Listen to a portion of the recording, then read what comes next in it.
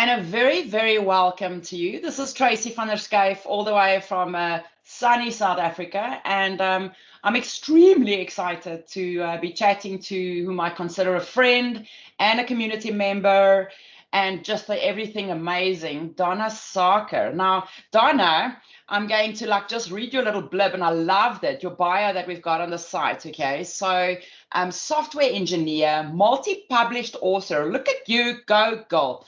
And owner of fashion brand Prima Donna Studios. I like that. I like that. Dyslexic but dealing. I like that too. And then a believer that tech upskilling is the ultimate equalizer. I fully agree with that. Always ready to get on a plane. Of course, we're even more ready to get on planes these days. Thank you so much for being here with me today, Donna. Thank you so much for having me.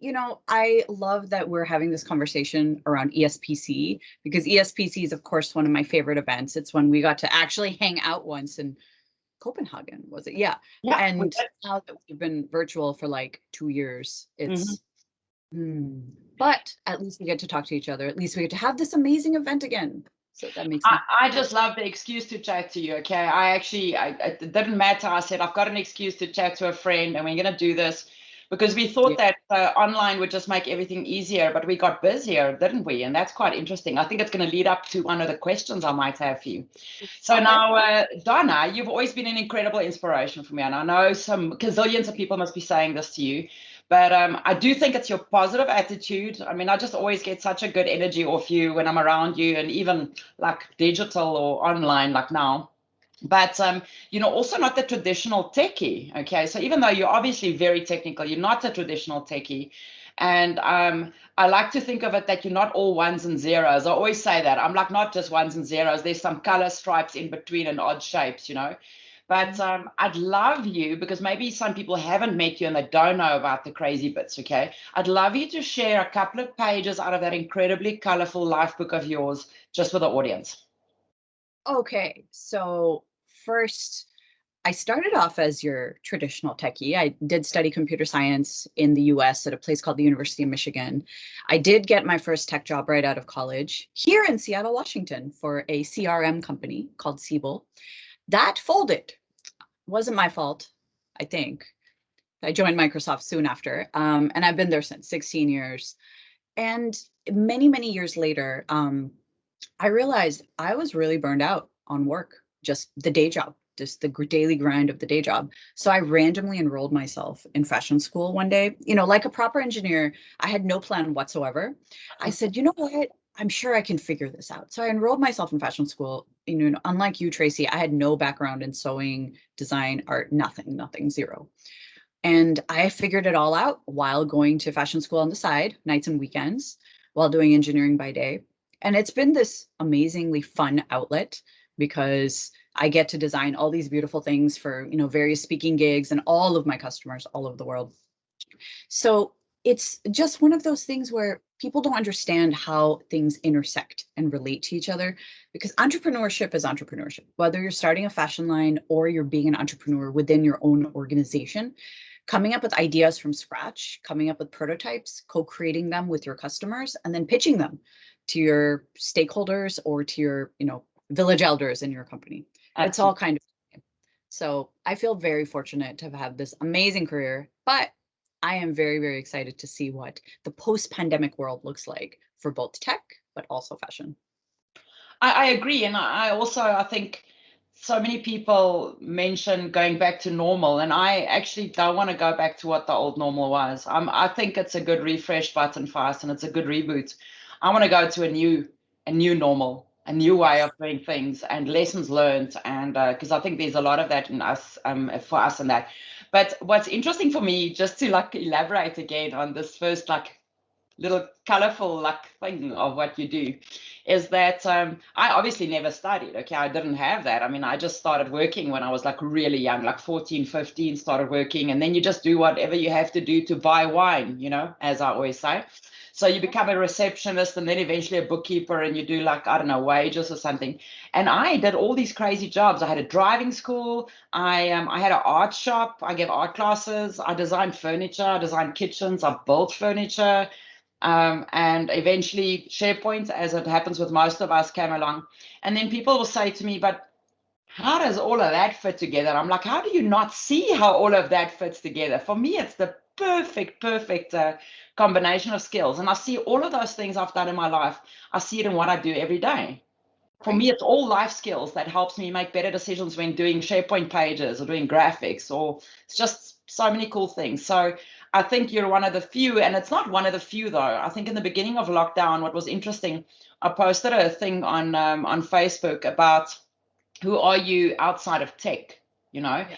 And I was like amazed with how many people came back with doing like real hobbies like we do, like apart from tech, but people just don't normally share it. So that was a quite a cool thing for me, definitely. Yeah. I love that you and I both came at it from different points of view, where you started with just real world stuff like art, furniture, rooms, SharePoint. And I came at it from engineering, writing C++ code, designing stuff, fashion. But we've all arrived in this place where we're both at ESPC, both a part of this tech industry, both doing like very similar jobs. Isn't that just so funny? There's no one path to success. That's when people are like, what's the path to success? I'm like, well, there's probably 7 billion, but here are some that might be interesting for you to know. So I'm so hopeful that this pandemic period has made people realize like you're not going to be always able to make a 5-year plan and execute exactly and it's all going to work out, because in the middle of it will be a global pandemic which will upend everything and then you have to rethink everything. So I love Absolutely. what you said about not a new normal. We're not going back to normal. We're going back to post-pandemic world, which if we don't take the lessons from our previous world and our pandemic world, we'd be fools. So I am very excited to see what we do. Couldn't agree more. Mhm. Now, this brings me to my second question. Now, it's definitely not the first time that we met, because I met you in South Africa on a stage, okay, by the way. I was like looking at Yes. this crazy chick talking about, like, I don't know, dev stuff, and I'm like, who is this? But at ESPC 18, I actually did an interview with you as well. I so loved it. And we kind of like spoke about the fact that you were awarded 100 most productive people by Fast Company. I mean, that's just crazy. That's crazy. I think I'm one of the top most productive people in the world as well. I just didn't get an award, but I'm convinced of it. Okay, I'm like a super sharpie on being fast at things. But Yeah. we also spoke about something that I really like that I see you share very often on social media, and that is do the thing, or hashtag do the thing, people, if you want to go and search for that. Yeah. And I'd love you to just tell us a little bit about that approach. Okay. So do the thing, it sounds so very obvious, but often people need to just hear it. So I believe everybody in the world has some like secret goal or ambition. It might be a secret, it might be something they've told people, something they have not done yet, but they really want to do it, right? So they really want to do it, but they haven't for a variety of reasons. And the usual reasons are I don't have time. I'm super busy with what I'm doing right now. I have other priorities. And what will people say? Yeah. And that last one, oh, it gets me. I have to debug into that one and say, which people?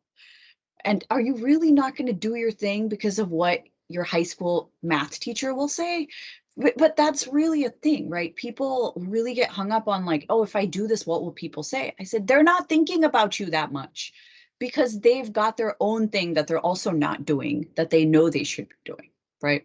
So I believe everyone in the world should figure out what is the thing they really want to be doing and make a plan to do that thing. Now, that's what I would have said in 2018. For me, now sometimes doing the thing is not doing anything at all. During this pandemic period, I I've love you. I love you. I just want to say I love you for saying that. Carry on.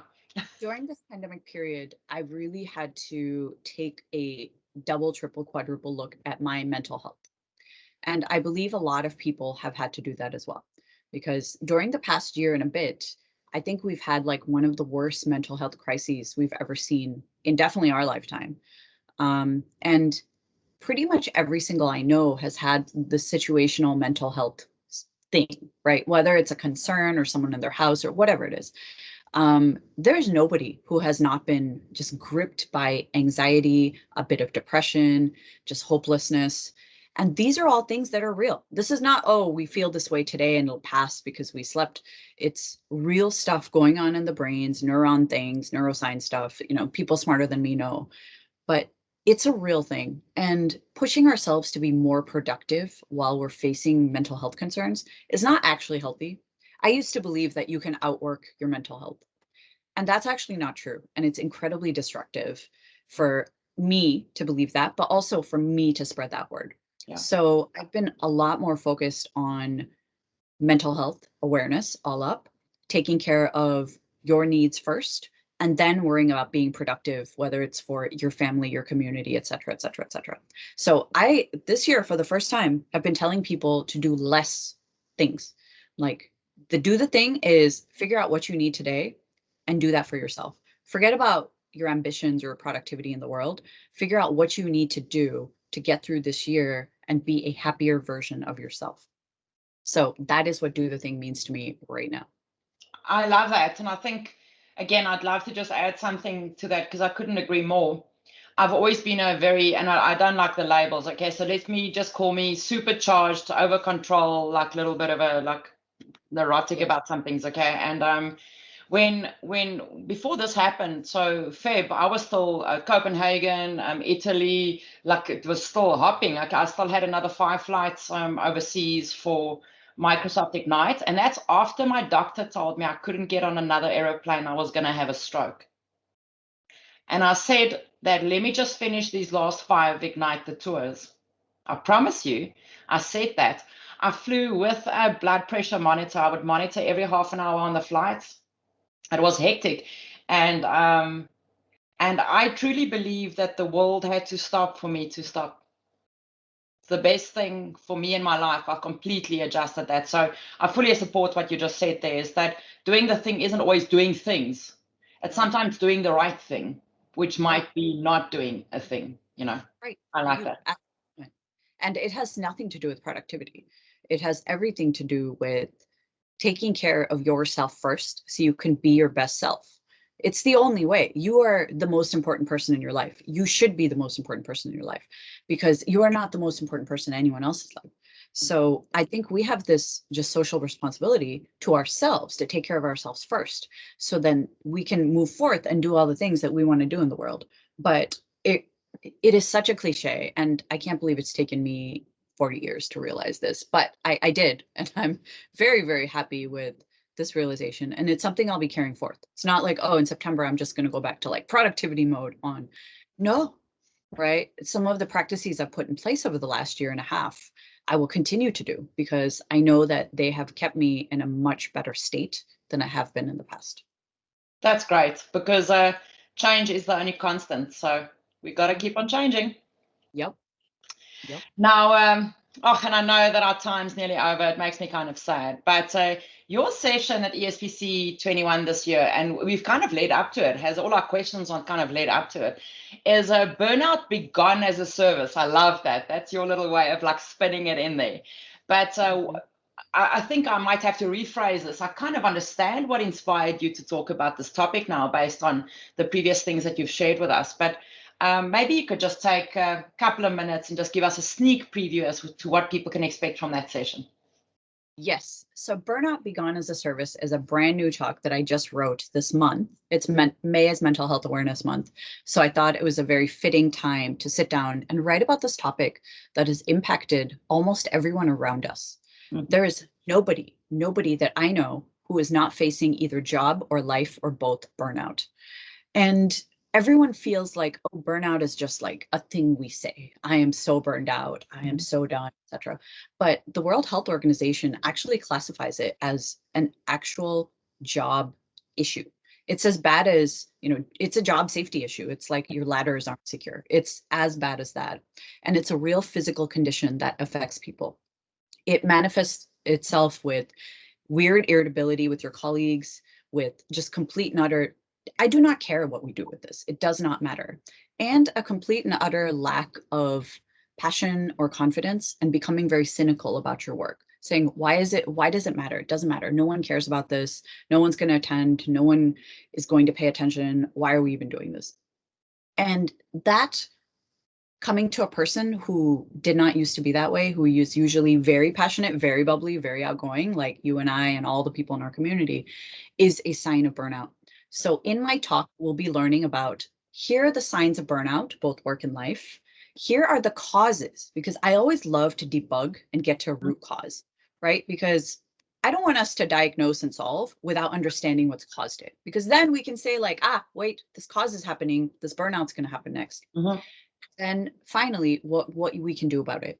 And I definitely don't have all the answers, but I have a ton of ideas on what people have done, what I have done, what I've made people do, so we can kind of reduce these symptoms of burnout. It's not going to be gone in a day, but I truly believe that systematically we can make progress to reduce burnout once we see the causes. So this is going to be a fairly nerdy talk around burnout. This is not a touchy-feely one. It's going to be debugging the human in terms of root causing this bug and fixing it.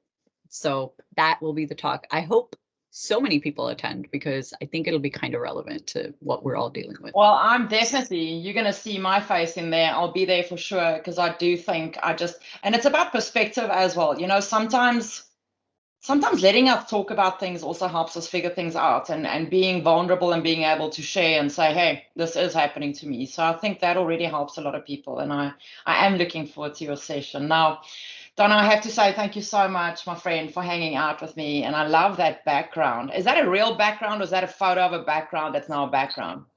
We're in Prima Donna Studios, the fashion line. So these are all the projects that have worked and Ah. they're to customers at some point.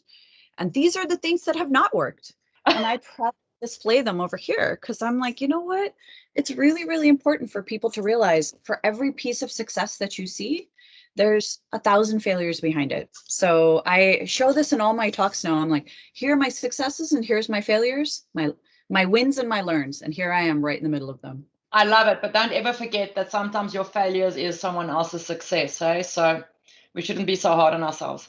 Now, Donna, thank you so much, my sweets, for today. It was so nice to chat with you. And to everyone watching, I hope that you enjoy the conference. I hope that you've had a great time. And definitely like hook up for Donna's session as well. All right. Thank you. Thanks, everyone.